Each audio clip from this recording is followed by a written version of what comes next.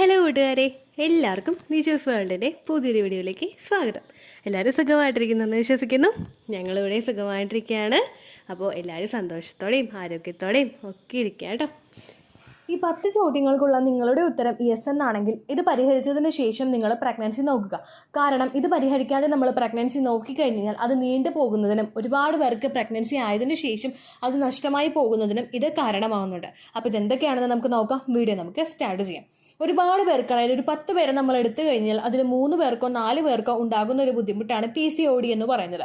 പല ആളുകളും PCOD ഞങ്ങൾക്ക് ഉണ്ടെന്ന് ഓൾറെഡി തന്നെ റെക്കഗ്നൈസ് ചെയ്യുന്നവരുണ്ട്. എന്നാൽ മറ്റു പല ആളുകൾ പീരിയഡ്സ് റെഗുലറായിട്ട് വരുന്നത് കൊണ്ട് എനിക്ക് PCOD ഇല്ല എന്നുള്ളൊരു തെറ്റിദ്ധാരണയിൽ ഇരിക്കുന്ന ഒരുപാട് പേരുണ്ട്.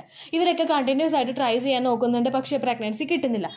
ഇങ്ങനെയുള്ള ആളുകൾ ഏറ്റവും മസ്റ്റായിട്ട് മനസ്സിലാക്കേണ്ടതാണ് PCODയുടെ ലക്ഷണത്തിനെ പറ്റിയിട്ട്. ഇതിപ്പോൾ നിങ്ങൾക്ക് ഈ ലക്ഷണം ഉണ്ടോ എന്ന് നിങ്ങൾ നോക്കുക. അങ്ങനെയുള്ളവർക്ക് ചിലപ്പോൾ ഓവുലേഷൻ കൃത്യമായിട്ട് നടന്നു കൊള്ളണമെന്നില്ല, പീരിയഡ്സും കൃത്യമായിട്ട് തന്നെ ആയിരിക്കില്ല വരുന്നത്. അപ്പോൾ ഈ ലക്ഷണങ്ങൾ എന്തൊക്കെയാണെന്ന് നമുക്ക് നോക്കാം. വീഡിയോ നമുക്ക് സ്റ്റാർട്ട് ചെയ്യാം. PCOD എന്ന് പറയുന്നൊരു ബുദ്ധിമുട്ട്, പോളിസിസ്റ്റിക് ഓവറിയൻ സിൻഡ്രോം അല്ലെങ്കിൽ പോളിസിസ്റ്റിക് ഓവറിയൻ ഡിസീസ് എന്ന് പറയുന്നൊരു ബുദ്ധിമുട്ട് ഡയറക്റ്റ്ലി അഫക്റ്റ് ചെയ്യുന്നത് ഓവറീസിനെയാണ്. ഓവറീസിൽ മൂപ്പെത്താതെ തന്നെ ഒരുപാട് അണ്ടം പ്രിമച്ചുറായിട്ട് വളർന്ന് നിൽക്കുന്നതിനും ഇത് പൊട്ടാതെ അങ്ങനെ തന്നെ നിന്നിട്ട് നമുക്ക് ഫോളിക്കിൾസിന്റെ അളവ് കുറയുന്നതിനുമൊക്കെ ഇത് കാരണമാവുന്നുണ്ട്. ഈസ്ട്രജന്റെയും പ്രൊജസ്ട്രോണിന്റെയും ബാലൻസിനെ ഇത് അഫക്റ്റ് ചെയ്യുന്നുണ്ട്. അതുപോലെ തന്നെ ഇമ്മച്യൂർ ആയിട്ടും പാർഷ്യലി മെച്യൂർ ആയിട്ടുള്ള അണ്ടം ഓവറീസിൽ തിങ്ങുന്നതിനും ഇത് കാരണമാവുന്നു. ഓരോ മാസവും നമുക്ക് മൂപ്പെത്തി വളരേണ്ട അണ്ടം ഒറ്റയടിക്ക് തന്നെ പ്രിമച്ചുറായിട്ട് നിന്ന് പോയി കഴിഞ്ഞാൽ പല ആളുകൾക്കും അത് അവരുടെ ഫെർട്ടിലിറ്റിയെ തന്നെ സാരമായിട്ട് ബാധിക്കുന്നതിന് കാരണമാവുന്നു. അപ്പോൾ ഇതിന്റെ ലക്ഷണങ്ങൾ എന്താണെന്ന് നമ്മൾ ആദ്യം തന്നെ മനസ്സിലാക്കണം. PCOD ഓൾറെഡി ഡിറ്റക്ട് ചെയ്തിട്ടുള്ള ആളുകൾക്ക് ഈ ലക്ഷണങ്ങളൊക്കെ അവരുടെ ശരീരത്തിൽ കാണാനായിട്ട് സാധിക്കും. എന്നാൽ അങ്ങനെ അല്ലാത്ത ആളുകൾക്ക്, ഞങ്ങൾക്ക് കൃത്യമായിട്ട് പീരിയഡ്സ് വരുന്നുണ്ടല്ലോ ചേച്ചി, അപ്പോൾ ഓവുലേഷൻ നടക്കുന്നുണ്ടാകും, അപ്പോൾ ഞങ്ങൾക്ക് PCOD ഉണ്ടാവില്ല എന്ന് തെറ്റിദ്ധരിക്കുന്ന ആളുകൾ ഈ 10 ലക്ഷണങ്ങളിൽ ഏതെങ്കിലും ഒന്നെങ്കിലും വിസിബിൾ ആയിട്ട് നിങ്ങൾക്ക് ശരീരത്തിൽ കാണുന്നുണ്ടെങ്കിൽ ഉടനെ തന്നെ ഡോക്ടറെ കാണുക, പരിശോധിക്കുക, AMH ടെസ്റ്റ് ചെയ്ത് നോക്കുക. നിങ്ങൾക്ക് PCOD ഉണ്ടോ എന്ന് കൃത്യമായിട്ട് റെക്കഗ്നൈസ് ചെയ്യാനായിട്ട് സാധിക്കും. PCOD എന്ന് പറയുന്നത് ഒരു ലൈഫ് സ്റ്റൈലിൽ നമുക്കുണ്ടാകുന്ന ചേഞ്ചസ് കൊണ്ടുണ്ടാകുന്ന ഒരു ഇൽനെസ് ആണ്.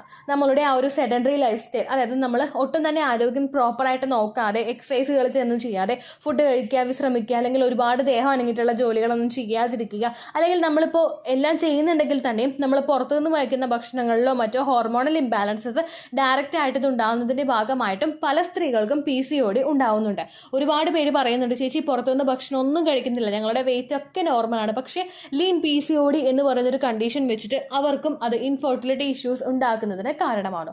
അപ്പോൾ നമുക്ക് ഇതിൻ്റെ ലക്ഷണങ്ങൾ ഓരോന്നായിട്ട് നോക്കാം.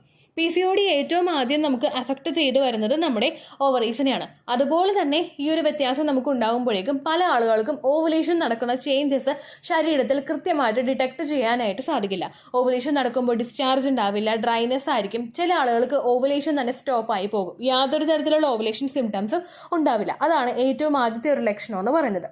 രണ്ടാമത്തേതെന്ന് പറയുന്നത് ഇറഗുലർ മെൻസ്ട്രൽ സൈക്കിളാണ്. എനിക്ക് എല്ലാ മാസവും ബ്ലീഡിങ് വരുന്നുണ്ടല്ലോ, അല്ലെങ്കിൽ എനിക്കൊരു 1.5 മാസം കൂടുമ്പോൾ 2 മാസം കൂടുമ്പോൾ ബ്ലീഡിങ് വരുന്നുണ്ടല്ലോ, അപ്പോൾ പിന്നെ എനിക്ക് എന്താ പ്രശ്നം എന്ന് വിചാരിക്കുന്ന ഒരുപാട് പേരുണ്ട്. ഇറഗുലർ മെൻസ്ട്രൽ സൈക്കിൾ എന്ന് പറയുന്ന ഒരു ടേം ഉണ്ട്. അതായത് നമുക്ക് 21 ദിവസത്തിനും 35 ദിവസത്തിനും ഇടയിലല്ല നിങ്ങൾക്ക് ബ്ലീഡിങ് വരുന്നതെങ്കിൽ അതിനെ നമ്മൾ ഇറഗുലർ മെൻസ്ട്രൽ സൈക്കിൾ എന്നാണ് വിളിക്കേണ്ടത്. ഇറഗുലർ മെൻസ്ട്രൽ സൈക്കിൾ ആകുമ്പോഴേക്കും നമുക്ക് ബ്ലീഡിങ് ഉണ്ടാകും, പക്ഷേ ഓവുലേഷൻ നടന്നു കൊള്ളണമെന്നില്ല. കാരണം അണ്ടവും ബീജവും തമ്മിൽ ജോയിൻ ചെയ്യുന്നതിനും അണ്ടം പ്രോപ്പറായിട്ട് പ്രിപ്പയർ ആകുന്നതിനും വേണ്ടിയിട്ടുള്ള ഒരു ടൈം പീരീഡ് നമ്മളുടെ ശരീരത്തിന് പ്രോപ്പറായിട്ട് കൊടുക്കാൻ വേണ്ടിയിട്ട് ഇത്തരത്തിലുള്ള ഹോർമോണൽ ഇംബാലൻസസ് ഉള്ളപ്പോൾ സാധിക്കില്ല. അതുകൊണ്ട് തന്നെ ഇറഗുലർ മെൻസ്ട്രൽ സൈക്കിൾ നിങ്ങൾക്ക് പോകുന്നുണ്ടോ എന്ന് നോക്കുക. ഇനി 21നും 35നും ഇടയിൽ തന്നെയാണ് നിങ്ങൾക്ക് ബ്ലീഡിങ് വരുന്നതെങ്കിൽ കൂടി തന്നെയും ഒരു മാസം 21, അടുത്ത മാസം 29, അടുത്ത മാസം വീണ്ടും 21, പിന്നത്തെ മാസം 30, ഇങ്ങനെയാണ് നിങ്ങൾക്ക് ബ്ലീഡിങ് പോകുന്നതെങ്കിൽ അതും ഇറഗുലർ മെൻസ്ട്രൽ സൈക്കിളാണ്. അങ്ങനെയുള്ളവരും ഡോക്ടറെ കണ്ട് ചെറുതായിട്ടൊരു ചെക്കപ്പ് ചെയ്യുന്നത് നല്ലതായിരിക്കും കേട്ടോ. രണ്ടാമത്തേതെന്ന് പറയുന്നത് മെൻസ്ട്രേഷൻ സ്റ്റോപ്പായി പോകുന്നത്. ചില ആളുകൾക്ക് PCOD ഉണ്ടാകുമ്പോൾ 2 മാസം, 3 മാസം, 8 മാസം, 10 മാസം, ചിലർക്ക് 1 കൊല്ലം വരെ PCOD ഉണ്ടെങ്കിൽ മെൻസ്ട്രേഷൻ സ്റ്റോപ്പായി പോകാറുണ്ട്. അങ്ങനെ നിങ്ങൾക്ക് പീരിയഡ്സ് സ്കിപ്പായി പോകുന്നുണ്ടെങ്കിൽ ഒരുപാട് പേര് ചാനലിൽ മെസ്സേജ് അയക്കുന്നുണ്ട്, ചേച്ചി 3-4 മാസമായി പീരിയഡ്സ് മിസ്സായിട്ട്, ഞാൻ 4 വട്ടവും അതിൽ കൂടുതൽ തവണയും പ്രഗ്നൻസി ടെസ്റ്റ് ചെയ്ത് നോക്കി, പക്ഷേ കിട്ടുന്നില്ല. അങ്ങനെ വരുന്നവർ അടുത്തതായിട്ട് കാണേണ്ടത് ഡോക്ടറെയാണ്. നമുക്ക് എന്ത് ബുദ്ധിമുട്ടാണ് ഉള്ളതെന്ന് മനസ്സിലാക്കണം. ചില ആളുകൾ മെഡിക്കൽ സ്റ്റോറിൽ നിന്ന് മെഡിസിൻ മേടിച്ച് കഴിക്കുകയോ മറ്റുള്ള ആളുകൾ ആളുകൾ പീരിയഡ്സ് ഇൻഡ്യൂസ് ചെയ്യാനായിട്ടുള്ള മെഡിസിൻസ് പറഞ്ഞു കൊടുക്കുമ്പോൾ അത് ഉപയോഗിക്കുകയോ ചെയ്യുന്നവരുണ്ട്. പക്ഷെ നമ്മുടെ പ്രശ്നം എന്താണെന്ന് നമ്മൾ കൃത്യമായിട്ട് ഫൈൻഡ് ഔട്ട് ചെയ്തിട്ട് ആ റൂട്ടിൽ നിന്ന് തന്നെ അതിനെ പിഴുതെറിയാൻ നമ്മൾ ശ്രമിച്ചിട്ടില്ല എങ്കിൽ ആ ഒരു മെഡിസിനിൽ തന്നെ നമ്മൾ നിൽക്കേണ്ടി വരും. ഫെർട്ടിലിറ്റി എന്ന് പറയുന്ന ഒരു കാര്യത്തെ അത് സാരമായിട്ട് തന്നെ അഫക്റ്റ് ചെയ്യുകയും ചെയ്യും കേട്ടോ. അപ്പോൾ നിങ്ങൾക്ക് പീരിയഡ്സ് മിസ്സാകുന്നുണ്ടെങ്കിൽ നിങ്ങൾ ഡോക്ടറെ പോയി കണ്ടിട്ട് എന്താണ് നിങ്ങളുടെ പ്രശ്നമെന്ന് മനസ്സിലാക്കിയതിന് ശേഷം മെഡിസിൻ നിങ്ങൾ കണ്ടിന്യൂ ചെയ്യാം കേട്ടോ. മൂന്നാമത്തെ ലക്ഷണമാണ് ഹെവി ബ്ലീഡിങ്. ചില ആളുകൾക്ക് ഒരു ദിവസം 5-6 പാഡൊക്കെ ചേഞ്ച് ചെയ്യേണ്ടതായിട്ട് വരും. അതുപോലെ തന്നെ ചില ആളുകൾക്ക് ഭയങ്കര ലെസ് ആയിരിക്കും ബ്ലീഡിങ് ഉണ്ടാകുന്നത്. ഒരു ദിവസം ഒരു പാഡ് പോലും ചേഞ്ച് ചെയ്യേണ്ടതായിട്ട് വരില്ല. ഇങ്ങനെ ആ ഒരു ത്രൂ ഔട്ട് ആ ഒരു മെൻസ്ട്രേഷൻ്റെ ആ ഒരു ടൈം മൊത്തം അങ്ങനെ പോകുന്ന ആളുകളും ഉണ്ട് കേട്ടോ. അടുത്ത നമ്മളുടെ ശരീരത്തിൽ ഉണ്ടാകുന്ന മാറ്റങ്ങളാണ്. നമ്മളുടെ സ്കിന്ന് ഭയങ്കരമായിട്ട് ഡാർക്കണായി പോകുന്നു. എസ്പെഷ്യലി നമ്മുടെ നെക്കിൻ്റെ പോർഷൻ, നമ്മുടെ കാലിൻ്റെ ഇടുക്കിൻ്റെ പോർഷൻ, അതുപോലെ നമ്മളുടെ കണ്ണിനവിടെ മൂക്കിനവിടെയൊക്കെ ഈ ഒരു കറുത്ത തരത്തിലുള്ള പാടുകൾ കൂടുതലായിട്ടും വരുന്നു. ഹോർമോണൽ ഇംബാലൻസസ് നമുക്ക് തുടർച്ചയായിട്ട് ഉണ്ടാകുമ്പോഴാണ് ഇങ്ങനെ സംഭവിക്കുന്നത്. ഈസ്ട്രജൻ ഹോർമോണിൻ്റെ ഒരു ഡൊമിനൻസ് PCOD ഉള്ള സ്ത്രീകളിൽ ഉണ്ടാവാനായിട്ട് ചാൻസ് ഉണ്ട് കേട്ടോ. അതുമൂലമാണ് ഈ ലക്ഷണം നിങ്ങൾക്ക് കാണാനായിട്ട് സാധിക്കുന്നത്. അടുത്ത ബുദ്ധിമുട്ടെന്ന് പറയുന്നത് നമ്മുടെ ഫേസിൽ കൂടുതലായിട്ടും ഹെയർ ഗ്രോ ചെയ്യുക. ചില പെണ്ണുങ്ങളെ കാണുമ്പോൾ നിങ്ങൾ തന്നെ ചിന്തിക്കില്ല, ഇതെന്താ മീശി ഉണ്ടല്ലോ, അല്ലെങ്കിൽ ചിലർക്ക് താടി ഉള്ളതുപോലെ ഉണ്ടാകും. അങ്ങനെയൊക്കെയെന്ന് പറയുന്നത് ചിലപ്പോൾ നമ്മൾ അവരെ കളിയാക്കുന്നുണ്ടാകും. പക്ഷെ പലർക്കും ഉണ്ടാകുന്നത് ഇത്തരത്തിലുള്ള ഹോർമോണൽ ഇംബാലൻസസ് കൊണ്ടായിരിക്കും. നമുക്ക് ഫേസിൽ താടി പോലെ വരുന്നതും അതുപോലെ മൂക്കിൻ്റെ അവിടെ ഒരു ഒമ്മം പോലെയൊക്കെ വരുന്നതും. അങ്ങനെയും നിങ്ങൾക്ക് മാറ്റം വരുന്നുണ്ടെങ്കിൽ നിങ്ങൾ ഡോക്ടറെ കണ്ടു നോക്കണം. PCOD ആവാനായിട്ട് ചാൻസ് ഉണ്ട് കേട്ടോ. അടുത്ത ലക്ഷണമാണ് നമുക്ക് ഹെയർ ലോസ് ഭയങ്കരമായിട്ടുണ്ടാവുക. അതായത് നമുക്ക് ഭയങ്കര മുടി കൊഴിച്ചിൽ അനുഭവപ്പെടുക. നമുക്കവിടെ ഹോർമോൺസ് സ്റ്റേബിൾ ആണെങ്കിൽ മാത്രമേ മുടി നമുക്ക് നല്ല രീതിയിൽ ഗ്രോ ആവുകയുള്ളൂ. പ്രഗ്നൻസി ടൈമിൽ ഒട്ടുമിക്ക സ്ത്രീകൾക്കും മുടി വളരാറുണ്ട്. കാരണം ഈസ്ട്രജൻ, പ്രൊജസ്ട്രോൺ അങ്ങനെ എല്ലാ ഹോർമോൺസും നമ്മുടെ ശരീരത്തിൽ കൂടും. അതുപോലെ നമ്മൾ നല്ല രീതിക്ക് വിറ്റമിൻസിൻ്റെ സപ്ലിമെൻറ്റ്സ് എടുക്കും, നമ്മൾ നല്ല നല്ല ഫുഡ് കഴിക്കും. പിന്നെ വേറെ എന്തെങ്കിലും വേണോ, നമ്മുടെ മുടി നല്ലപോലെ തഴച്ച് വളരാനായിട്ട് ഈ ഒരു സമയത്ത് ഏറ്റവും കൂടുതൽ ചാൻസ് ഉണ്ട് കേട്ടോ. അപ്പോൾ നമുക്ക് ഈ PCOD ഉള്ള സ്ത്രീകളിലും നമുക്ക് ഈ തലമുടി കൊഴിച്ചിൽ നല്ലതുപോലെ ഉണ്ടാവാറുണ്ട്. മുടി കൊഴിച്ചിൽ ഉണ്ടാകുമ്പോഴേക്കും പലപ്പോഴും നമ്മൾ പഴിചാരി വെക്കുന്നത് നമുക്ക് മുടി വെള്ളം കൊള്ളാത്തതായിട്ടായിരിക്കും, അല്ലെങ്കിൽ ഞാൻ മുടി നല്ലോണം നമ്മൾ നോക്കാത്തതുകൊണ്ടായിരിക്കും ഹെയർ ലോസ് ഉണ്ടാകുന്നതെന്ന് പറയുന്നവരുണ്ട്. പക്ഷേ ഒരുപാട് ഹെയർ ലോസ് നിങ്ങൾക്ക് ഉണ്ടാകുന്നുണ്ടെങ്കിൽ നിങ്ങൾ ഡോക്ടറെ പോയി കാണണം. ഇപ്പോൾ യൂട്യൂബിലാണെങ്കിൽ ഒരുപാട് വീഡിയോസ് ഒക്കെ കാണുന്നുണ്ട്. അതെല്ലാം നിങ്ങൾ പരീക്ഷിക്കുന്നതിന് മുൻപ് ഡോക്ടറെ പോയി കാണണം. കാരണം തൈറോയ്ഡ് ഉണ്ടെങ്കിലോ അല്ലെങ്കിൽ PCOD ഉണ്ടെങ്കിലോ ഒബിസിറ്റി ഉണ്ടെങ്കിലോ ഒക്കെ നമുക്ക് മുടി കൊഴിച്ചിൽ ഉണ്ടാവാനായിട്ട് ചാൻസ് ഉണ്ട്. ആ ബുദ്ധിമുട്ട് മനസ്സിലാക്കി അത് ക്യൂർ ചെയ്യുകയാണെങ്കിൽ ഓട്ടോമാറ്റിക്കലി നമുക്ക് പുതിയ മുടി വളരാനായിട്ട് തുടങ്ങും. നമ്മുടെ ഹെയർ ഫോൾ അവിടെ സ്വിച്ച് ഇട്ട പോലെ നിൽക്കാനായിട്ടും അത് സഹായിക്കും കേട്ടോ. അടുത്തതെന്ന് പറയുന്നത് ക്ഷീണമാണ്. നമുക്ക് PCOD ഉള്ള ആളുകൾക്ക് കണ്ടിന്യൂസ് തളർച്ചയും ക്ഷീണം ഉണ്ടാകും. കാരണം ഒരു ഹോർമോൺ ശരീരത്തിൽ കൂടുമ്പോഴേക്കും അതിനനുസരിച്ച് നമുക്ക് ആ ഹോർമോൺ ഇൻക്രീസ് ആകുമ്പോൾ ഉണ്ടാകുന്ന സൈഡ് എഫക്ട്സും ഉണ്ടാകും. പ്രൊജസ്ട്രോൺ ഹോർമോൺ ഇൻക്രീസ് ആകുമ്പോൾ തളർച്ചയും ക്ഷീണവും വോമിറ്റിംഗ് ടെൻഡൻസി ഒക്കെ ഉണ്ടാകുന്നത് പോലെ തന്നെയാണ് ഈസ്ട്രജൻ ഹോർമോൺ ശരീരത്തിൽ കൂടുമ്പോഴും നിങ്ങൾക്ക് ക്ഷീണവും തളർച്ചയും ബുദ്ധിമുട്ടും ഒക്കെ ഉണ്ടാകും. കുറച്ച് നേരം നമുക്ക് നിന്നുകൊണ്ട് മര്യാദക്ക് പണിയെടുക്കാൻ പറ്റാതെ വരിക, എപ്പോഴും കിടക്കണമെന്നും വിശ്രമിക്കണമെന്നും നമുക്ക് തോന്നുക, ഇതെല്ലാം ആ ഒരു PCOD ഉള്ള സ്ത്രീകൾക്ക് ഉണ്ടാകുന്ന ലക്ഷണങ്ങളാണ് കേട്ടോ. അടുത്തതാണ് നമ്മുടെ വെയിറ്റ് ഭയങ്കരമായിട്ട് കൂടി വരിക. നമ്മളിപ്പോൾ നോർമലി നമ്മളിപ്പോൾ സാധാരണ ഒരു വെയിറ്റിൽ പോകുന്ന ഒരാൾക്ക് പെട്ടെന്ന് വെയിറ്റ് ഗെയിൻ ഉണ്ടാകും. നമ്മൾ എന്താ പറയുക, 1 മാസം അല്ലെങ്കിൽ 2 മാസം കൂടുമ്പോൾ തന്നെ 6 കിലോ ഒക്കെ ഒറ്റയടിക്ക് വെയിറ്റ് കൂടുന്നവരുണ്ട്. ഇങ്ങനെയൊക്കെ കൂടി വരുന്നത് പലപ്പോഴും ആ ഒരു ഹോർമോണൽ ഇംബാലൻസസ് കൊണ്ടാണ്. പക്ഷേ ചില സ്ത്രീകളിൽ PCOD ഉണ്ടെങ്കിലും വെയിറ്റ് കുറവായിരിക്കും. ലീൻ PCOD എന്ന് പറയുന്നൊരു കണ്ടീഷൻ പല സ്ത്രീകൾക്കും ഇപ്പോൾ കണ്ടുവരുന്നുണ്ട്. അങ്ങനെയുള്ള ആളുകൾ ആ ഒരു PCOD ഉണ്ടെങ്കിലും നമ്മളുടെ ഭക്ഷണ രീതിയൊക്കെ ശ്രദ്ധിക്കുക, ഫെർട്ടിലിറ്റി എക്സസൈസ് ഒക്കെ ചെയ്യാനായിട്ടും ശ്രദ്ധിക്കുക കേട്ടോ. ഏറ്റവും കൂടുതൽ പല സ്ത്രീകളും ഇതുമായിട്ട് അഫക്റ്റ് ചെയ്യുന്ന ഏറ്റവും ലാസ്റ്റത്തെ സിംറ്റം എന്ന് പറയുന്നത് ഇൻഫെർട്ടിലിറ്റിയാണ്.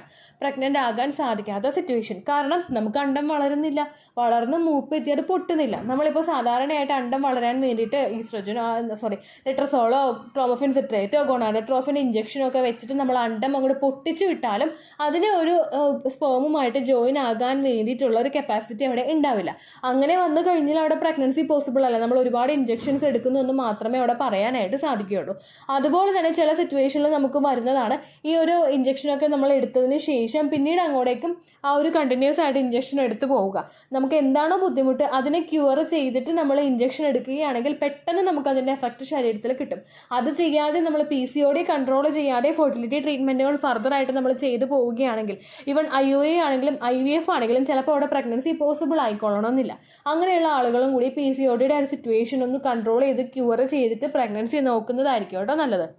PCOD ക്യൂർ ചെയ്യാൻ വേണ്ടിയിട്ട് നമുക്ക് ഒരുപാട് കാര്യങ്ങൾ ചെയ്യാവുന്നതാണ്. നമ്മൾ കഴിക്കുന്ന ഭക്ഷണങ്ങൾ ശ്രദ്ധിക്കുക, അരിയാഹാരം കുറയ്ക്കുക, അതുപോലെ തന്നെ ബേക്കറി ഐറ്റംസ് കുറയ്ക്കുക, പാക്കിൽ വരുന്ന അതായത് ഇപ്പോൾ വറപലഹാരങ്ങൾ ഉണ്ടാവുമല്ലോ, എണ്ണ പലഹാരങ്ങളൊക്കെ ഉണ്ടാകും, അതൊക്കെ നമ്മൾ കുറയ്ക്കുക. മൈദയുടെ ഉപയോഗം നമ്മൾ കുറയ്ക്കുക. ധാരാളം ഫ്രൂട്ട്സും വെജിറ്റബിൾസും ഒക്കെ കഴിക്കാനായിട്ട് ശ്രദ്ധിക്കുക.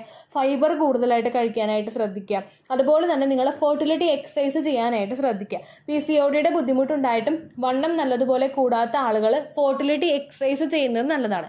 ഈ എക്സസൈസ് ഏറ്റവും കൂടുതൽ ഫോക്കസ് ചെയ്യുന്നത് നമ്മുടെ ആ ഒരു ബ്ലഡ് സർക്കുലേഷൻ ഇൻക്രീസ് ചെയ്യാനായിട്ട് വേണ്ടിയിട്ടാണ്. നമ്മുടെ അണ്ടത്തിലോട്ടും ബീജത്തിലോട്ടും ഒക്കെയുള്ള ബ്ലഡ് സർക്കുലേഷൻ ഇൻക്രീസ് ചെയ്യാൻ വേണ്ടിയിട്ട് ഇത് സഹായിക്കുന്നു. അണ്ടവും ബീജവും തമ്മിൽ ജോയിൻ ആയതിനു ശേഷം നമുക്ക് അവിടെ ബീജസങ്കലനം നടന്നിട്ട് ഇംപ്ലാന്റേഷന് വേണ്ടിയിട്ടുള്ള ഒരു പ്രോസസ്സിലും ബ്ലഡ് സർക്കുലേഷൻ ഇൻക്രീസ് ചെയ്യാൻ വേണ്ടിയിട്ട് ഇതൊക്കെ സഹായിക്കുന്നുണ്ട് കേട്ടോ.